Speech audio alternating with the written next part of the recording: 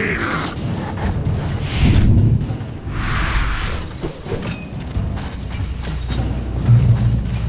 hope Maine could lend me a car to get to the coal mine.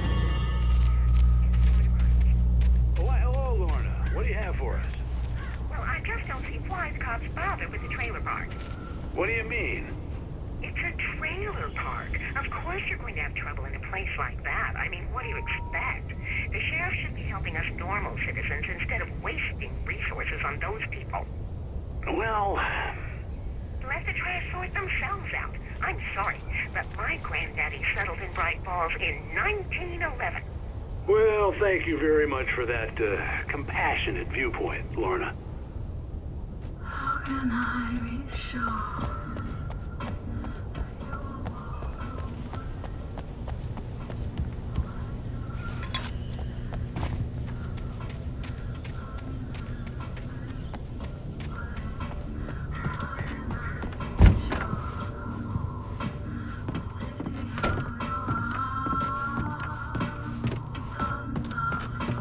Oh, here's a little surprise. The famous writer Alan Wake just walked in. Folks, I'm going to see if I can talk him into an interview. Come on in, Mr. Wake. Oh, I'm so glad you could find the time to do this, Mr. Wake. Nowhere to run now, Dan Brown. You back away from me. Don't hurt it. Whoa. Everyone calm down. Put the gun down. We're all friends here, right? Cool your jets, Nightingale. We got him. Judas Priest! What the hell's the matter with you? There's a civilian in there.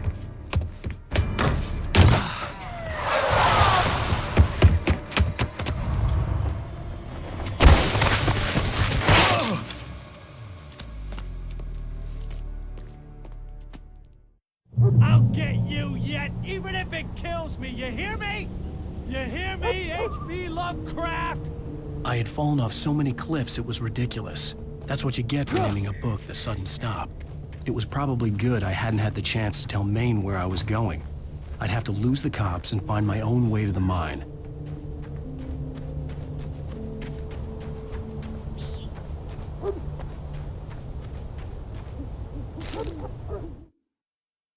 Nightingale stared through the broken studio window into the dark woods. He turned around, started to walk out, but Maine grabbed his arm. "Young man, you almost shot me. You don't shoot off rounds at people like that. What's the matter with you?" Nightingale shook his arm free, marched out. His cheeks burned with rage and humiliation.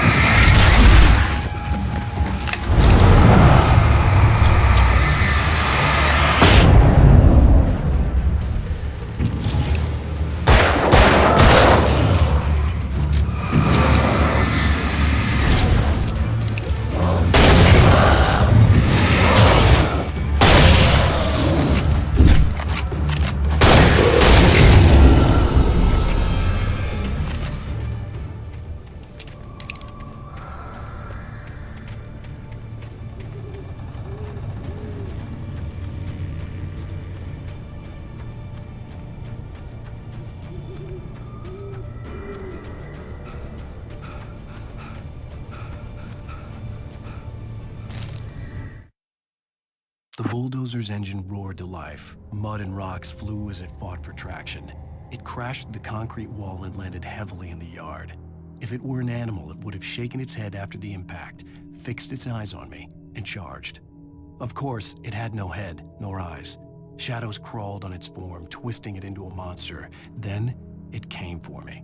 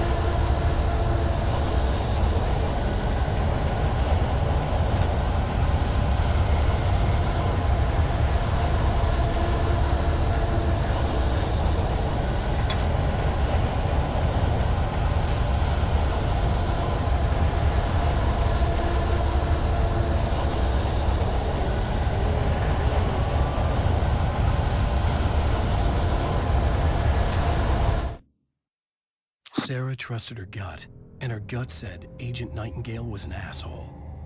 He felt wrong, and it wasn't just the smell of stale booze. It was in the way he flashed his badge, pulled rank, the look in his eyes when he wanted answers. Where was Alan Wake? What was this about an accident? Where was his wife? And most importantly, why did she let Wake go?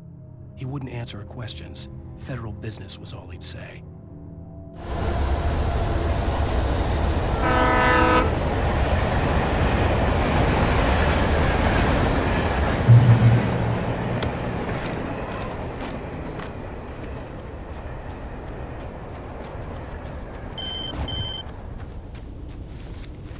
Hello? The most stubborn man I've ever met. Alice? Alice? Alan. Alan. I'm so afraid. He keeps me in the dark. Please help me. I look at you, Alan, and it's not you. It's something else. Looking out from behind your eyes. Alice, I'm here. I'm so alone here. It's all gonna go to hell. You need to be careful.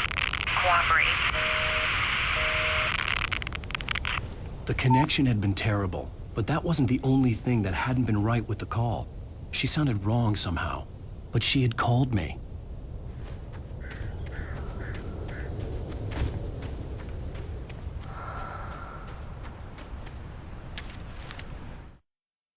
The pipe wrenched itself loose from the bridge's steel framework. Wrapped in darkness, it floated in midair, twitching. For a moment, I didn't understand what I was looking at. The heavy object lurched at me with impossible force. I threw myself out of the way, but just barely. When I turned my flashlight on it, it shook in a dark rage before it flew at me again.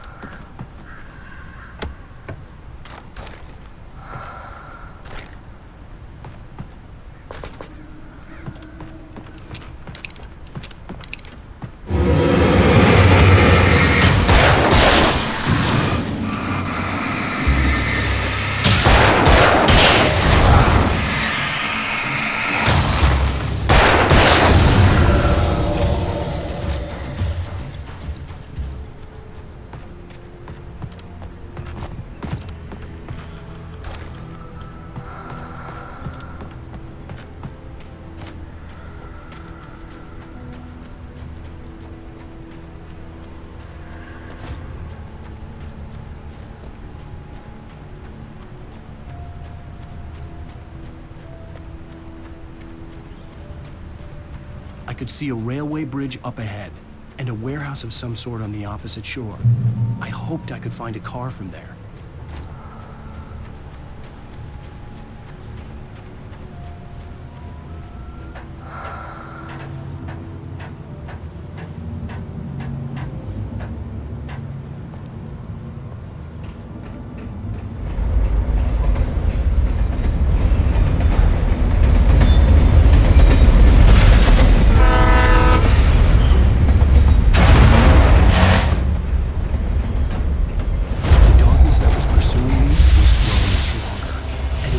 over everything in its path.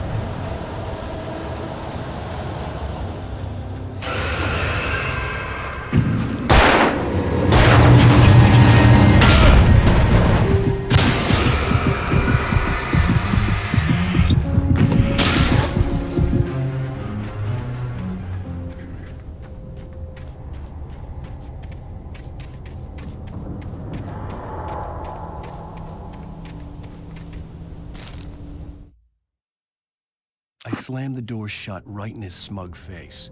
He pleaded for me to open the door. True to form, the asshole actually thought I would obey. I had no sympathy left, no guilt either, not for him. I took a moment to savor the scream. I bet I had a smile on my face. It was all that I had time for. The dark presence was inside the lodge with me.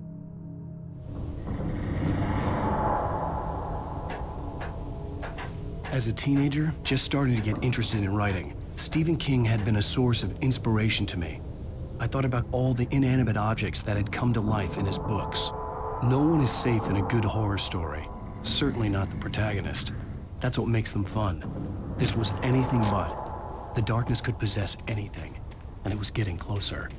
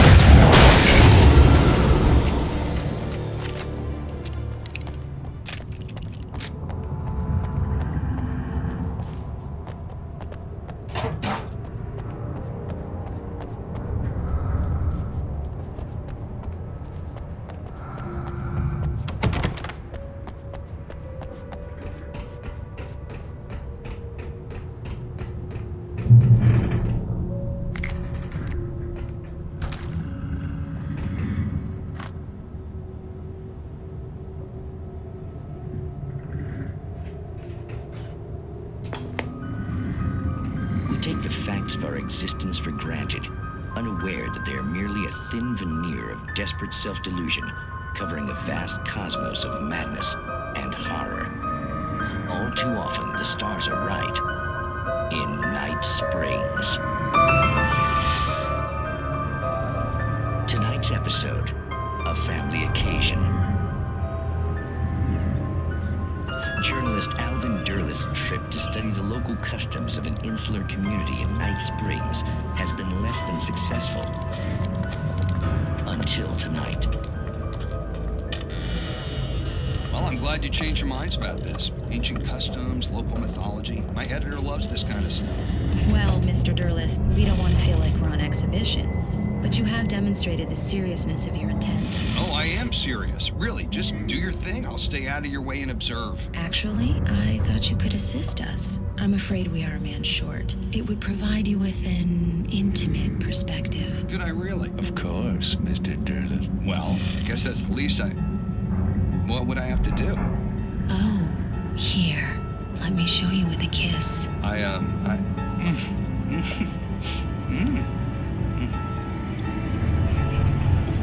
What did you...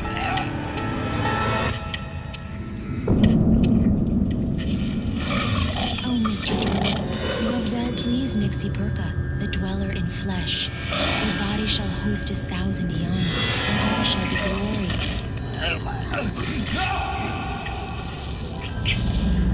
Shh, darling, be calm. Shh. Alvin Derleth learned a harsh lesson. If you go looking for mythology, it may come looking for you. And such quests always bear fruit. In Night Springs.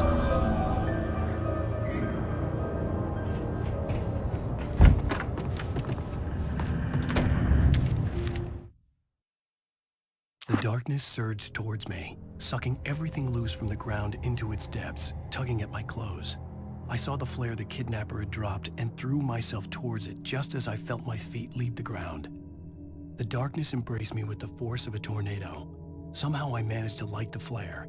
The darkness roared and cast me away. I fell toward the dark waters of the lake far below.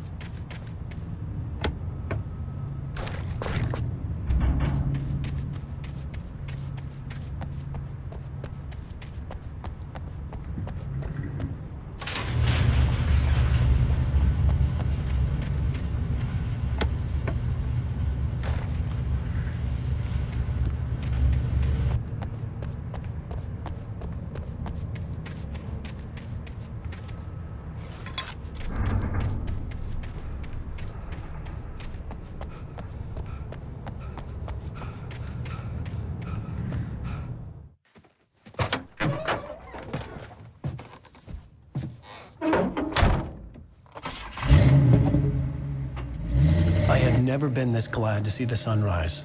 I had a couple of hours to get to the coal mine.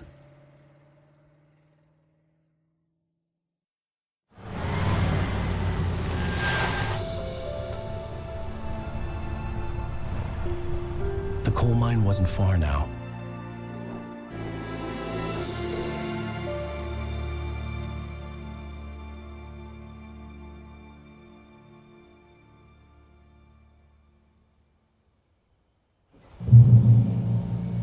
Today, I would meet the kidnapper, and he would give me Alice. I wouldn't give him any other choice. A drowning man will clutch at a straw.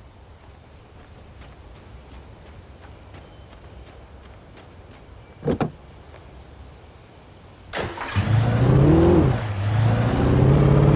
by little, without realizing it, I'd come to believe that the story in the manuscript was coming true.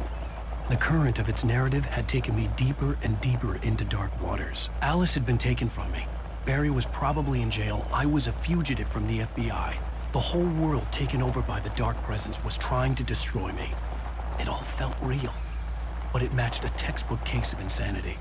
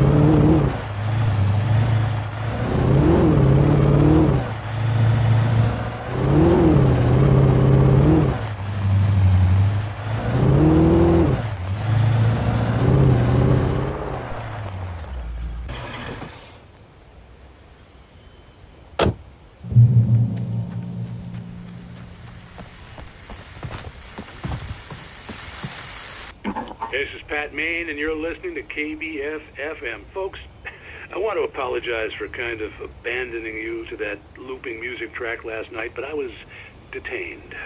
You see, I encountered a big-shot G-man with an itchy trigger finger who could use a lesson in manners and a boot in the ass, not necessarily in that order either.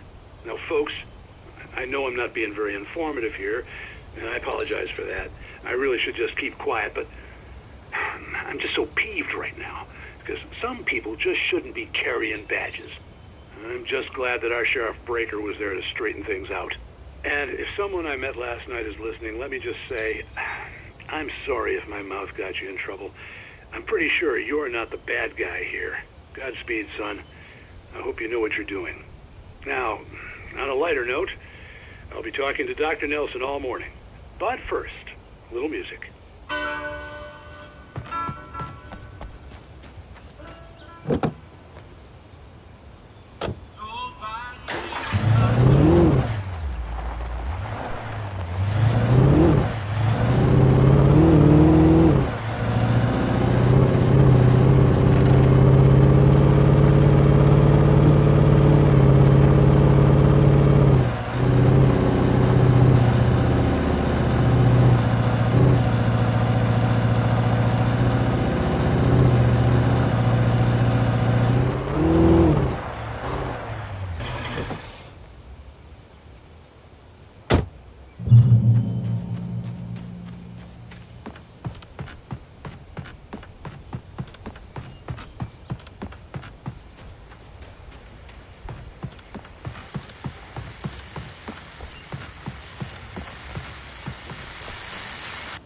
Welcome back to KBF-FM.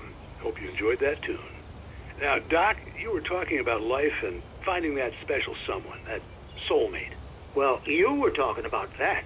I was saying I don't buy it. Oh, see, to me, that's strange, because I always pegged you as a hopeless romantic. You got me there, Pat. But I think love's where you look for it. And you need to do a lot of looking, sure. But the idea that there's that one special person out there for you, and if you miss that chance, it's gone forever, and you're forever incomplete. I mean, isn't that depressing? Or, heck, childish even? There's plenty of fish in the sea. And apparently a fisherman has a fishing analogy for everything, but what you're saying, isn't that a little harsh? Well, no. What I am saying is that your potential for finding that connection isn't limited to what's essentially a chance encounter. How is that harsh? Yeah, well, I guess that's a nice thought, but let me say something personal here. Okay. Now, well, I don't disagree with you exactly, but I can't really fit that together with what I feel, what I felt for someone, because she was the one. She was. And she I let her drift away from me. Maybe I didn't put in the work, I don't know, but, well, since then, and it was a long time ago, but since then there hasn't been anyone, not like her. And I'm not saying I dwell on her or haven't moved on. I like my life. I'm not living in the past, but I do miss the way she completed me. You can't argue with the heart, Pat. I'm sorry, folks. I had kind of a scary experience last night, and let's just say it's shaken a few things loose.